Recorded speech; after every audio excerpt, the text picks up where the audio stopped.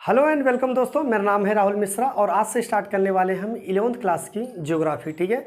और ज्योग्राफी में जो हम पहला चैप्टर आज करेंगे वो है इंडिया लोकेशन। ठीक है, तो चलिए फिर स्टार्ट करते हैं इंडिया एंड लोकेशन। जैसा कि आपको नाम से ही पता चल रहा है कि यहाँ पे हम इंडिया और उसके लोकेशन के बारे में यहाँ पे हम समझने वाले हैं। ठीक है, कि इंडिया के अपने बेसिक फीचर्स क्या हैं, ठीक है, उसका जियोग्राफिकल लोकेशन क्या है, इन्हीं सभी चीज़ों पे हम यहाँ पे बात करेंगे। ठीक है, तो इंडिया के लोकेशन के बारे में हम समझें उससे पहले हमें ये समझना पड़ेगा कि आखिरकार जो इंडिया वर्ल्ड में कहाँ लाइस करता है और धरती पे उसका जियोग्राफिकल लोकेशन क्या है। ठीक है, तो चलिए फिर देखते हैं इसको चीज़ों को हम।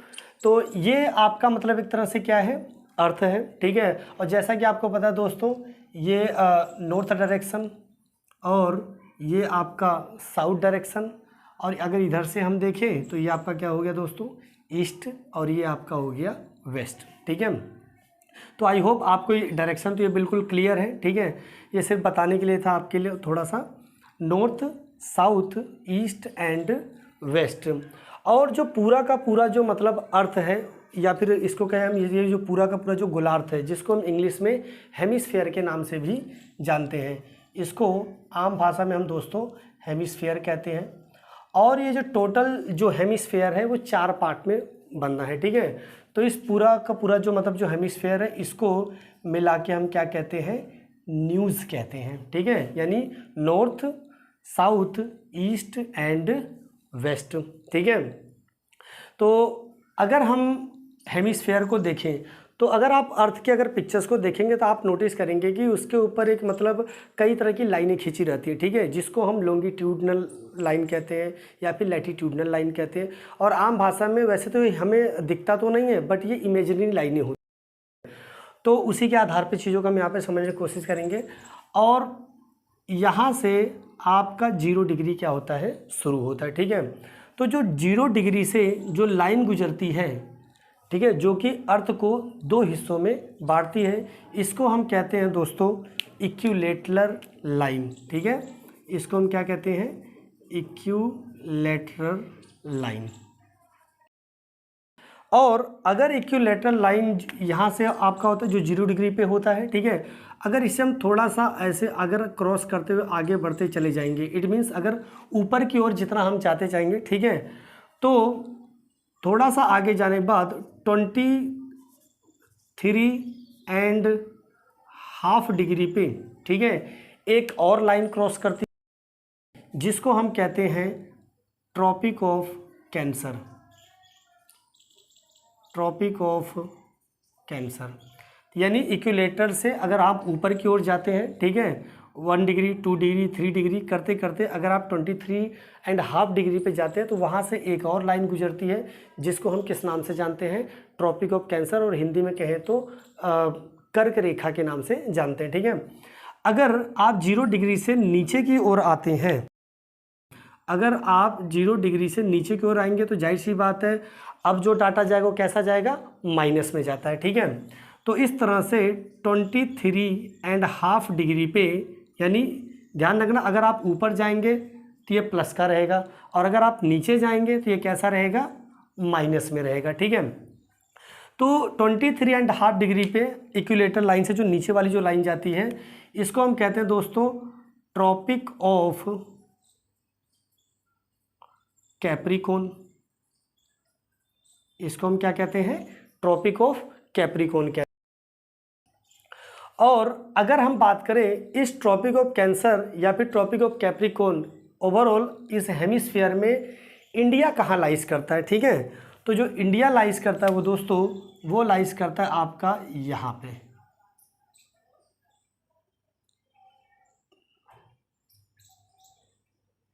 ठीक है, तो इंडिया कहाँ पे लाइस करता है, इस वाले हिस्से में लाइस करता है। अगर इसको अगर आप ध्यान से देखें डायरेक्शन के हिसाब से, ठीक है, तो ये वाला हिस्सा कौन सा है, नॉर्थ है, और ये वाला हिस्सा कौन सा है, ईस्ट है। ठीक है, यानी नॉर्थ हेमिस्फीयर और ईस्ट हेमिस्फीयर। तो अगर आपसे पेपर में पूछा जाए कि जियोग्राफिकली भारत अर्थ पे यानी वर्ल्ड में कहाँ पे लाइस करता है, तो आपका सीधा सा आंसर होगा दोस्तों, जो इंडिया जो लाइस करता है वो लाइस करता है नॉर्थ ईस्ट हेमिस्फीयर में। तो इंडिया लाइस कहाँ करता है आपका, नॉर्थ ईस्ट हेमिस्फीयर पे लाइस करता है, ठीक है। और अगर हम इसके ज्योग्राफिकल लोकेशन की बात करें भारत का, तो पूरे के पूरे मतलब वर्ल्ड का, यानी पूरे के पूरे अर्थ का जो भारत का जो मतलब रेशो है, जो परसेंटेज है एरिया का, वो है दोस्तों 2.5% के आसपास माना जाता है, ठीक है। दूसरा, अगर ये जो मतलब आप जो ट्रॉपिक ऑफ जो कैप्रिकॉर्न है, अगर आप इससे नीचे की ओर आते हैं, ठीक है, अगर आप ट्रॉपिक ऑफ कैप्रिकॉर्न से नीचे की ओर आते हैं तो आपको कैसा एरिया देखने को मिलेगा, कोल्ड एरिया देखने को मिलता है, ठीक है। और अगर आप ट्रॉपिक ऑफ कैंसर से अगर आप ऊपर की ओर जाते हैं तो भी यहाँ पे कैसा एरिया आपको देखने को मिलेगा, कोल्ड एरिया देखने को मिलता है, ठीक है। लेकिन अगर आप ट्रॉपिक ऑफ कैंसर और ट्रॉपिक ऑफ कैप्रिकॉर्न के मिडल में अगर आप देखेंगे, यानी Tropic of Capricorn Tropic of Cancer के बीच का जो एरिया होता है वो कैसा एरिया होता है दोस्तों, हॉट एरिया होता है, ठीक है। यहाँ का जो मतलब जो टेम्परेचर होता है वो ज़्यादा होता है। अगर बात करें ट्रॉपिक ऑफ कैप्रिकॉर्न तो वहाँ से नीचे अगर आप जाते हैं, ठीक है, किसकी ओर, साउथ पोल की ओर अगर आप जाते हैं, ठीक है, तो यहाँ पे टेम्परेचर क्या होते जाएगा, घटता चला जाएगा। और अगर आप ट्रॉपिक ऑफ कैंसर से ऊपर की ओर जाते हैं तो भी टेम्परेचर क्या हो जाएगा, घटना शुरू हो जाएगा, ठीक है। तो कहने का मतलब क्या है कि जो हॉट एरिया है वो कहाँ से कहाँ तक है आपका, ट्रॉपिक ऑफ कैंसर और ट्रॉपिक ऑफ कैप्रिकॉर्न के बीच में लाइस करता है। इस वजह से अगर आप भारत को अगर नोटिस करेंगे तो यूपी मध्य प्रदेश से नीचे वाला जो क्षेत्र है, यानी आधा भारत जो क्या है वो हॉट एरियाज़ में आता है। और अगर आप उत्तराखंड, हिमाचल, ठीक है, जम्मू कश्मीर ऊपरी वाले एरिया पे देखेंगे तो यहाँ पे क्या हो रहा है, ये जो ट्रॉपिक ऑफ कैंसर है वो क्या कर रहा है, भारत के बीचों बीच से होकर गुजर रहा है। तो ऊपर वाला जो एरिया वो कैसा हो जाता है, कोल्ड एरियाज़ में काउंट किया जाता है, ठीक है। तो ये तो रही बात किसकी, Tropic of Cancer, equatorial line और ट्रॉपिक ऑफ कैप्रिकॉर्न की बात करें, ठीक है। तो अब ये जो ट्रॉपिक ऑफ कैंसर है वो भारत से होके गुजरता है, ठीक है। अगर आप ध्यान से देखें तो ये क्या हो रहा है, भारत के बीचों बीच होके गुजर रहा है, ठीक है। यानी भारत को दो हिस्सों में एक तरह से क्या कर देता है, ये बांटता है,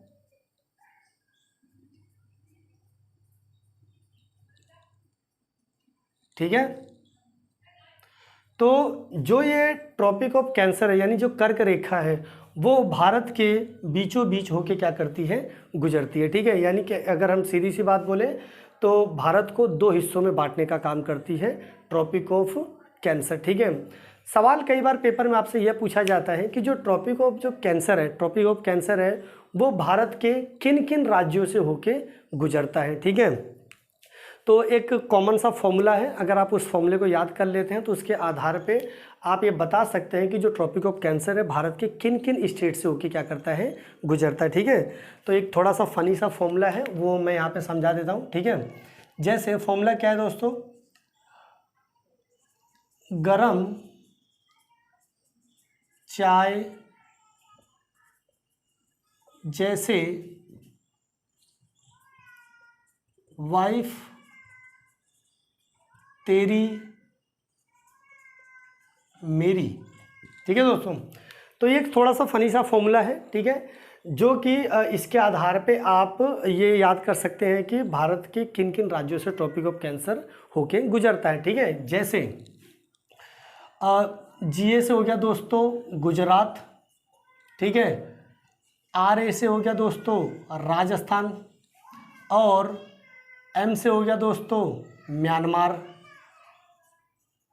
ठीक है, सॉरी माफ़ करना, म्यांमार नहीं, मध्य प्रदेश, ठीक है। चाय से हो गया आपका छत्तीसगढ़, ठीक है।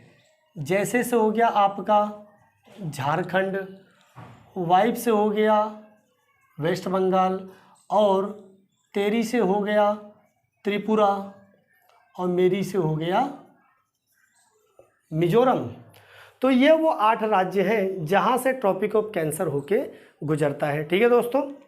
तो आई होप आपको ट्रॉपिक ऑफ कैंसर और ट्रॉपिक ऑफ कैप्रिकॉर्न आपको यहाँ पे क्लियर हो गया होगा। ठीक है दोस्तों, तो चलिए अब हम बात करते हैं इंडिया के फिजिकल लोकेशन के बारे में कि भारत का एक्सटेंशन कहाँ से कहाँ तक है, यानी भारत का फैलाव कहाँ तक है। तो अगर हम भारत के एक्सटेंशन की अगर हम बात करें, ठीक है, तो भारत जब नॉर्थ में अगर बात करें तो जम्मू कश्मीर से लेके आपका कन्याकुमारी तक है, ठीक है, और गुजरात से लेके अरुणाचल प्रदेश तक है। लेकिन पेपर में ये नहीं पूछेगा कि जम्मू से लेके कन्याकुमारी और गुजरात से लेके आसाम तक, इसका उस क्षेत्र या फिर उस डिस्ट्रिक्ट के बारे में पूछेगा जो मतलब फाइनल डिस्ट्रिक्ट माना जाता है। ठीक है, तो यानी जम्मू कश्मीर में एक जगह है जिसको हम इंदिरा कोल के नाम से भी जानते हैं। जम्मू कश्मीर में जो जगह है वो कौन सा है दोस्तों, इंदिरा कोल। ठीक है, जम्मू कश्मीर का जो बिल्कुल फाइनल मतलब लास्ट जो एरिया होता है वो कौन है, इंदिरा कोल है। ठीक है, और अगर साउथ में आप जाएं तो कन्याकुमारी में जो लास्ट जो जगह है वो है दोस्तों कैप कैमोरीन। जो लास्ट एरिया का है दोस्तों कैप कैमोरीन। तो इंदिरा कोल से लेके कैप कोमोरिन तक है। ठीक है, और अगर हम बात करें यहाँ पे कि गुजरात से लेके अरुणाचल प्रदेश में, तो गुजरात में जो लास्ट जो एरिया है वो है गुहार मोती। ठीक है, तो गुहार मोती से लेके अरुणाचल प्रदेश के कीबिथू जो मतलब डिस्ट्रिक्ट है, यहाँ तक भारत का क्या माना जाता है, एक्सटेंशन माना जाता है। यानी इंदिरा कोल से लेके कैप कोमोरिन तक और गुहार मोती से लेके कीबिथू तक आपका क्या माना जाता है, भारत का एक्सटेंशन माना जाता है। ठीक है, और जो ये भारत है, भारत के अगर हम एक्सटेंशन की बात करें, ठीक है, डिग्री के पॉइंट ऑफ व्यू से, तो जो डिग्री के पॉइंट ऑफ व्यू से अगर हम बात करें तो जो भारत का जो मतलब जियोग्राफिकल लोकेशन जो वर्ल्ड के हिसाब से बांटा गया है, तो वो नॉर्थ में 37 डिग्री 6 मिनट, ध्यान दीजिए जो 37 डिग्री है, ठीक है, 6 ये जो छोटा सा डॉट है ये मिनट को रिप्रेजेंट करता है। ठीक है, अगर कहीं कहीं अगर ये डबल डॉट अगर लग जाए तो इसका मतलब क्या है, मिनट के बाद जो डबल डॉट है वो सेकंड को रिप्रेजेंट करता है। ठीक, तो नॉर्थ में 37 डिग्री 6 मिनट लाइज करता है और साउथ में कितना है ये दोस्तों, 8 डिग्री 4 मिनट नॉर्थ में। ठीक, और अगर गुजरात वाले क्षेत्र की बात करें तो वो उसका मतलब हेमिस्फेयर के हिसाब से कितना है, 68 डिग्री 7 मिनट ईस्ट और 97 डिग्री 25 मिनट ईस्ट। तो ये भारत का लॉन्गिट्यूडनल एंड लैटिट्यूडनल है। ठीक है, तो ये वाली जो लाइन है ये कौन सी लाइन है दोस्तों, लैटिट्यूडनल लाइन है, और जो भारत का ये वाली लाइन है, ये वाली लाइन आपकी क्या है, लॉन्गिट्यूडनल है, और ये वाली जो लाइन है आपकी मतलब 37 डिग्री 6 मिनट से लेके 8 डिग्री 4 मिनट, इस लाइन को हम क्या कहते हैं, लैटिट्यूडनल लाइन कहते हैं। ठीक है, और अगर इसके एरिया की अगर हम बात करें कि भारत का जो मतलब नॉर्थ से साउथ तक का जो डिस्टेंस है वो कितना है दोस्तों, तो वो है 3214 किलोमीटर।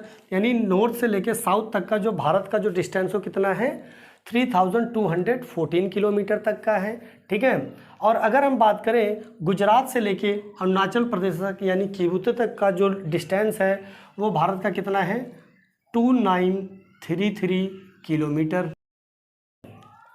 अच्छा, यहाँ पे एक मतलब हैरान करने वाली भी चीज़ है। ठीक है, थोड़ा सा इंटरेस्टिंग चीज़ भी है, और वो इंटरेस्टिंग चीज़ क्या है कि अगर दोस्तों 37 डिग्री 6 मिनट नॉर्थ से अगर आप माइनस करेंगे 8 डिग्री 4 मिनट, तो वो जो आंकड़ा आएगा वो करीब करीब कितना आएगा, 30 डिग्री के आसपास आएगा।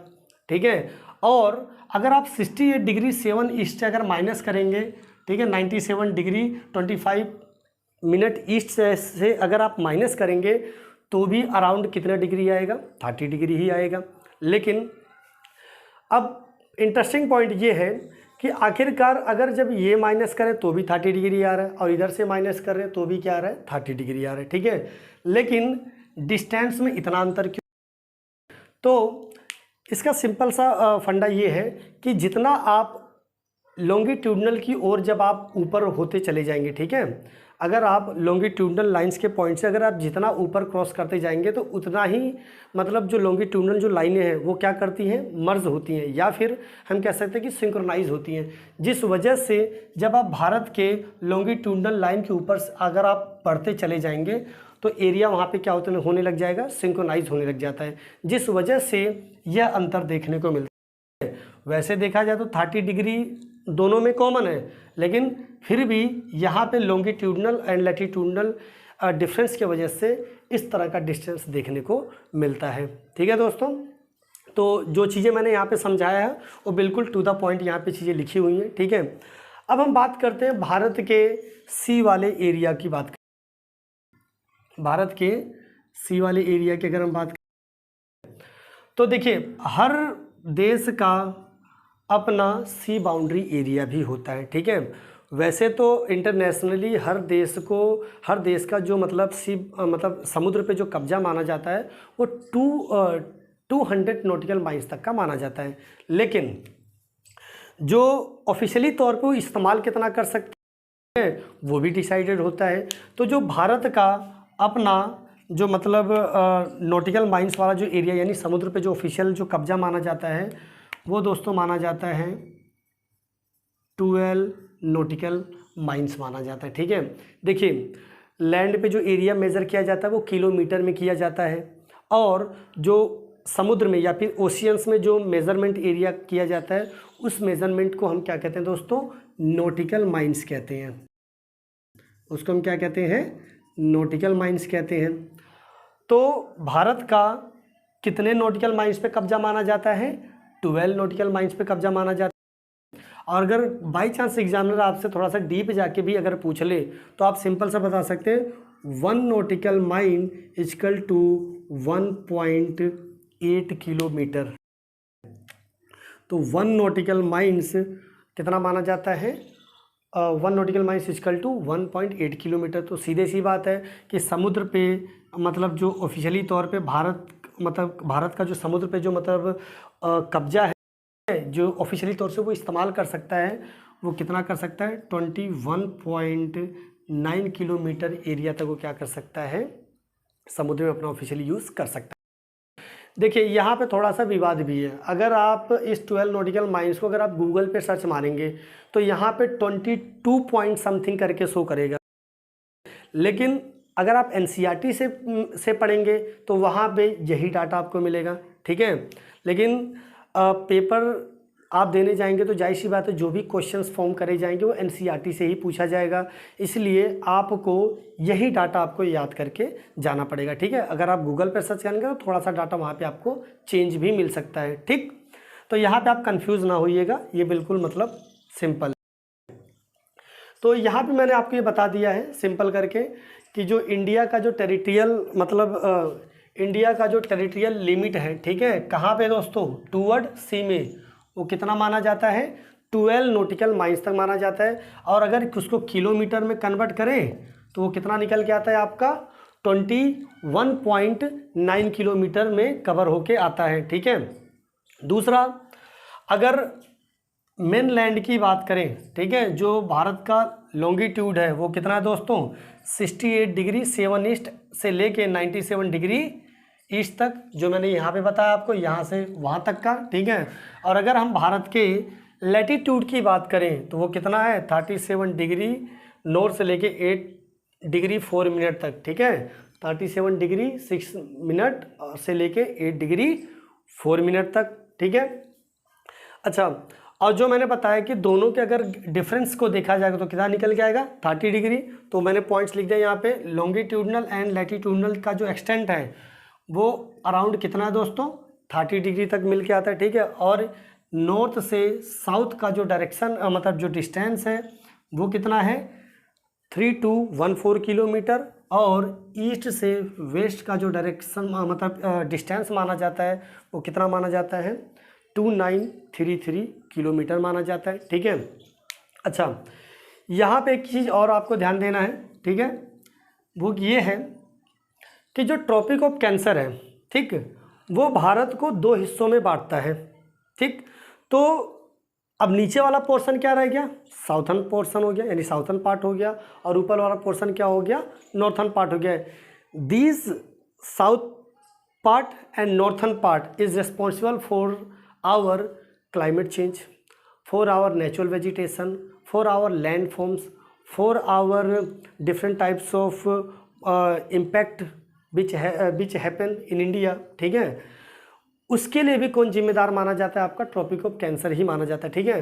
तो यानी ट्रॉपिक ऑफ कैंसर के नीचे वाले एरिया को क्या कहा जाता है, ट्रॉपिकल, ठीक है। और ट्रॉपिक ऑफ कैंसर से ऊपर वाले हिस्से को क्या कहा जाता है, मैं यहाँ पे लिख दे रहा हूँ सब ट्रॉपिकल, उसको क्या कहा जाता है दोस्तों, सब ट्रॉपिकल कहा जाता है। तो मैंने यहाँ पे पॉइंट बना के लिख दिया है, the southern part and northern part is responsible for large variation such as climate, natural vegetation, soil types, land forms, जो भी ये चेंजेस होते हैं उसके लिए कौन जिम्मेदार माना जाता है, आपका ट्रॉपिकल एंड सब ट्रॉपिकल माना जाता है, जिसको हम आम भाषा में साउथर्न पार्ट और नॉर्थर्न पार्ट के नाम से भी जानते हैं, ठीक है। तो ये तो रहा दोस्तों मतलब इसके इंडिया के थोड़े से मतलब जियोग्राफिकल पोर्शन के बारे में। अब बात हम करते हैं यहाँ पे टाइम लाइन के बारे में, ठीक है। देखिए हर देश का अपना एक टाइम जोन होता है, ठीक। जैसे इस समय अमेरिका में कुछ और बज रहे होंगे, भारत में अभी कुछ और बज रहे हैं, ठीक है। लंदन में कुछ और टाइम हो रहा होगा और इंडिया में कुछ और टाइम हो रहा होगा, ठीक है। तो ये सब कैसे हो, तो अर्थ के ऊपर कई तरह की इमेजिनरी लाइनें होती है और हर लाइन किसी न किसी डिग्री पे होता है, किसी न किसी एंगल पे होता है। तो उसके आधार पे हर देश अपना टाइम स्टैंडर्ड क्या करता है, डिसाइड करता है। वैसे ही भारत का भी एक अपना मतलब इंडियन स्टैंडर्ड टाइम है, जिसको हम शॉर्ट में दोस्तों IST भी, IST यानी इंडियन स्टैंडर्ड टाइमलाइन। और जो भारत का जो इंडियन स्टैंडर्ड टाइमलाइन है वो किस डिग्री पे है दोस्तों, 82 डिग्री हाफ लॉन्गिट्यूड पे माना जाता है, ठीक है। तो भारत का जो मतलब इंडियन स्टैंडर्ड टाइम वो कितना है, 82 डिग्री, माफ़ करना 82 एंड हाफ डिग्री हमारा क्या माना जाता है, इंडियन स्टैंडर्ड मीडियन टाइम माना जाता है। अच्छा, इसको यहीं पे छोड़ते हैं, पहले हम ये समझते हैं कि आखिर टाइमलाइन डिसाइड कहाँ से होता है, ठीक है, जिससे कि आपको थोड़ा सा बेहतर क्लियर हो जाएगा। देखिए लंदन में एक जगह है, मान लीजिए ये क्या है, आपका लंदन है। तो लंदन में एक जगह है जिसको हम ग्रीन विच के नाम से जानते हैं, ठीक है। और यह जो ग्रीन विच जो मतलब जो शहर है लंदन का, मतलब डिस्ट्रिक्ट है लंदन का, वो किस डिग्री पे है दोस्तों, 0 डिग्री पे है, ठीक है। तो 0 डिग्री पे यहीं से मतलब इंटरनेशनल क्या होता है, टाइम डिसाइड होता है। तो सपोज़ कीजिए, ठीक है, अभी 0 डिग्री है तो 1 डिग्री 2 डिग्री 3 डिग्री करते करते आप बढ़ते आगे चले जाएंगे। तो जो 1 डिग्री है, थोड़ा सा जब आप आएंगे तो कहाँ जाएंगे हम, 82 एंड हाफ डिग्री, जो कि किसका माना जाता है, भारत का स्टैंडर्ड टाइम माना जाता है। तो यह डिग्री कहाँ से होकर गुजरती है, इस तरह से भारत से होके गुजरती है, ठीक है। तो हम ये कह सकते हैं कि जो भारत है वो इंटरनेशनल टाइमलाइन से कितना आगे है, करीब करीब आपका जो ये मतलब आगे है वो कितना है, 5 आवर 30 मिनट्स आगे हैं हम लोग, ठीक है। यानी अगर लंदन में 12 बज रहे हैं तो इंडिया में कितना बज रहा होगा, 5:30 बज रहे होंगे।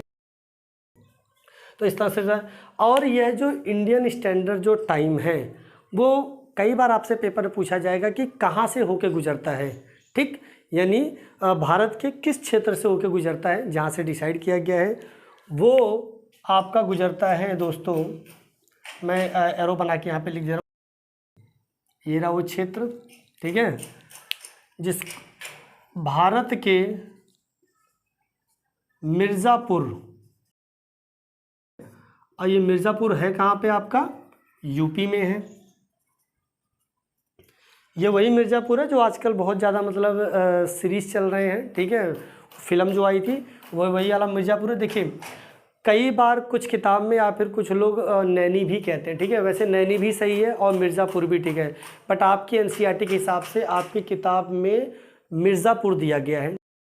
तो हालांकि पेपर में नैनी हो या मिर्ज़ा दोनों ही सही है, बशर्ते ऑप्शन में दोनों ना दे दें, ठीक है। इस वजह से आपको यहाँ पे ध्यान देना पड़ेगा। तो जो इंडियन स्टैंडर्ड जो टाइमलाइन है वो कहाँ से होकर गुजरता है, यूपी के मिर्ज़ापुर क्षेत्र से होके गुजरता है, ठीक है। अच्छा, ये जो इंटरनेशनल मेरिडियन टाइम है, अगर आप ईस्ट की ओर बढ़ेंगे तो टाइम क्या होता है दोस्तों, प्लस होता है। यानी अगर आप ईस्ट की ओर बढ़ेंगे तो टाइम क्या होगा, प्लस होगा। जैसे यहाँ पे 12 बज रहे हैं तो इंडिया में कितना बज रहा होगा, 5:30 बज रहा होगा। अगर आप पीछे की तरफ आएंगे, ठीक है, वेस्ट की तरफ जब जाएंगे तो टाइम क्या होगा, घटता है, ठीक है। तो इस तरह से मतलब यहाँ पे हर एंगल डिग्री के आधार पे हर देश का अपना टाइमलाइन डिसाइड किया जाता है। अच्छा, तो ये तो रही बात इसकी, लेकिन ठीक है, अगर 68 डिग्री 7 मिनट और 97 डिग्री 25 मिनट को अगर हम माइनस करते हैं तो लगभग कितना आता है अंतर, 30 डिग्री का अंतर आता है, ठीक है। तो और 30 डिग्री, पहले आप यहाँ पे ये समझिए कि जो 1 डिग्री होता है वो कितने के बराबर होता है दोस्तों, 4 मिनट के बराबर होता है, ठीक है। तो 15 डिग्री कितने के बराबर होगा, 60 मिनट, और 30 डिग्री कितने के बराबर होगा, 120 मिनट। और 120 मिनट का सीधा सा मतलब है 2 आवर, ठीक है। तो 120 डिग्री का मतलब क्या हो गया, 2 आवर। अब गुजरात और अरुणाचल प्रदेश में कितने घंटे का अंतर है, 2 घंटे का अंतर है, ठीक है। इस वजह से भारत ने क्या किया है, अपना 82.5 डिग्री अपना स्टैंडर्ड टाइम बनाता है, जिस वजह से गुजरात में रहने वाले लोगों को भी दिक्कत ना हो और अरुणाचल प्रदेश में रहने वाले लोगों को भी दिक्कत ना हो। If we talking about British time period, अगर अंग्रेज़ों के समय में अगर हम बात करें तो भारत में जिस टाइम लाइन को इस्तेमाल किया जाता था वो आसाम टाइम लाइन को क्या किया जाता था, इस्तेमाल किया जाता था, ठीक है। वो किस टाइम लाइन को इस्तेमाल करते थे, आसाम टाइम लाइन को इस्तेमाल करते थे।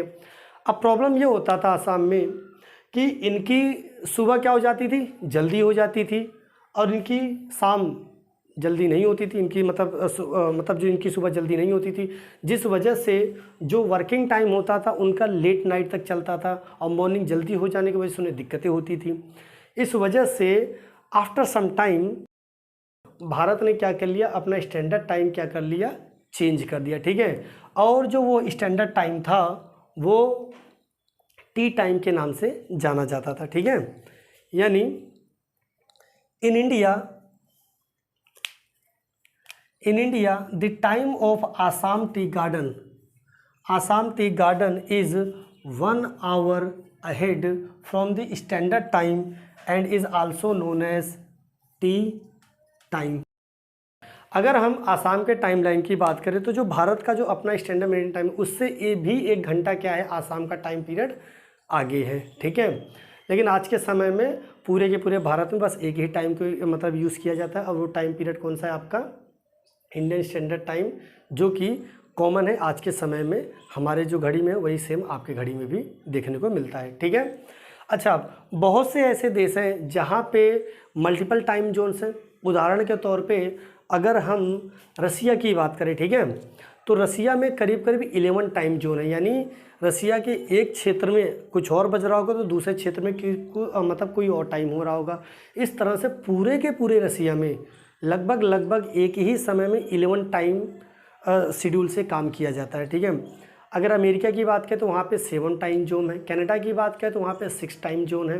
तो अलग अलग मतलब बहुत से ऐसे देश हैं जहाँ पे डिफरेंट टाइम जोन्स में भी क्या किया जाता है, वर्क किया जाता है, ठीक है। तो इस तरह का मतलब ये क्या है आपका मतलब इंडिया के जो फिज़िकल फीचर्स के बारे में बात करें, ठीक है दोस्तों। तो इस पार्ट में बस इतना ही, और नेक्स्ट पार्ट में हम करेंगे साइज़ और साइज करेंगे, और उसके अलावा हम India and it's neighbouring countries के बारे में भी करेंगे, और वहीं पे ये चैप्टर क्या हो जाएगा, फिनिश हो जाएगा। तो ठीक है दोस्तों, बस आज के लिए इतना।